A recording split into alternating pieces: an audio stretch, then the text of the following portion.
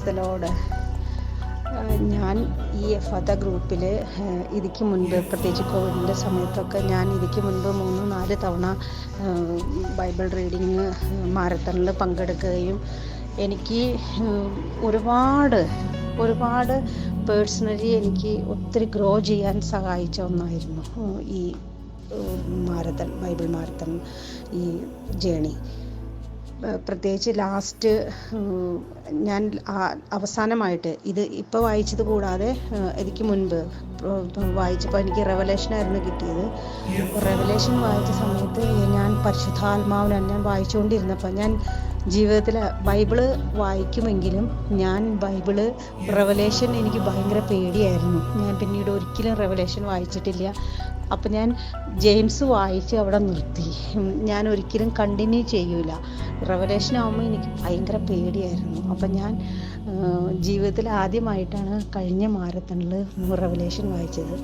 അപ്പോൾ വെളിപാട് വായിച്ചുകൊണ്ടിരുന്നപ്പോൾ തന്നെ ഞാൻ പരിശുദ്ധാത്മാവിനാൽ നിറഞ്ഞു. എനിക്കൊരു പേടി ഉണ്ടായിരുന്നു എപ്പോഴും. ഞാൻ യോഹന്നാൻ്റെ വെളിപാടെന്ന് പറഞ്ഞ് ഞാൻ ചെറുപ്പം മുതലേ വളരെയധികം പേടിക്കുന്ന ഒരാളായിരുന്നു. അങ്ങനെ എൻ്റെ പേടി മാറി ഞാൻ പരിശുദ്ധാത്മാവിനാൽ നിറഞ്ഞ് അത് ഒരുപാട് ദിവസം എനിക്കത് കണ്ടിന്യൂ ചെയ്തായിരുന്നു. ഞാനങ്ങനെ നിന്നത്, പരിശുദ്ധാത്മാവിനാൽ നിറഞ്ഞു നിന്നത് വളരെ ഭയങ്കര ഒരു അനുഭവമായിരുന്നു എനിക്കത്. പക്ഷേ ഇത്തവണ ഞാൻ ബൈബിൾ വായിച്ചു കഴിഞ്ഞിട്ട് എനിക്കും എൻ്റെ ഭർത്താവും, ഞങ്ങൾ രണ്ടുപേരും ബൈബിൾ റീഡിങ്ങിലുണ്ടായിരുന്നു. 2 പേർക്കും അതിയായ ആനന്ദം, അത് നിങ്ങളോട് പറഞ്ഞറിയിക്കാനാവില്ല. ഇത് തുടങ്ങിയ അന്ന് മുതൽ ഞങ്ങളുടെ വീട്ടിൽ, ഞങ്ങൾ പൊതുവെ ശാന്തരായ മനുഷ്യരാണ്, ഒരുപാട് ശാന്തരായ മനുഷ്യരാണ്, വളരെ സന്തോഷത്തിൽ കഴിയണവരാണ് ദൈവകൃപയാൽ. പക്ഷേ എന്നിരുന്നാലും ഞങ്ങൾക്ക് ഒരാളോട് പറഞ്ഞറിയിക്കാനാവാത്ത, അതായത് അവർണ്ണനാതീതമായ ഒരു ആനന്ദത്താൽ നിറഞ്ഞവരായിരുന്നു ഞങ്ങൾ രണ്ടുപേരും.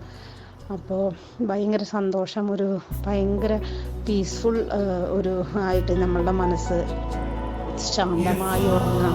അങ്ങനെ ഒരുപാട് സന്തോഷം നിറഞ്ഞ ഒന്നായിരുന്നു. ഒരു പുതിയ അനുഭവമായിരുന്നു. ഇതിങ്ങനെ നിലനിന്ന് പോകണം ഈ ഗ്രൂപ്പ് വീണ്ടും. കാരണം നമ്മളറിയാതെ നമ്മളുടെ കുടുംബങ്ങളിലേക്ക് നന്മകളുടെ ഒരു സാഗരം തന്നെ വന്നു ചേരുന്നുണ്ട്. അപ്പോൾ അതുകൊണ്ട് ഇത് തുടർന്ന് പോകണം എന്ന് തന്നെയാണ് എനിക്കും ആഗ്രഹം. ഒത്തിരി സന്തോഷം റോസിൻ്റെ ഇനിഷ്യേറ്റീവിന്. പ്രത്യേകിച്ച് ദൈവം നമ്മളെ എല്ലാം അനുഗ്രഹിക്കട്ടെ. കർത്താവിൻ്റെ കൃപയും കരുണയും എല്ലാവരുടെ കുടുംബങ്ങളിലും ഉണ്ടാവട്ടെ എന്ന് പ്രത്യേകം പ്രാർത്ഥിക്കുന്നു. വളരെ ഒരു ദൈവാനുഭവമായിരുന്നു. എല്ലാവർക്കും നന്ദി.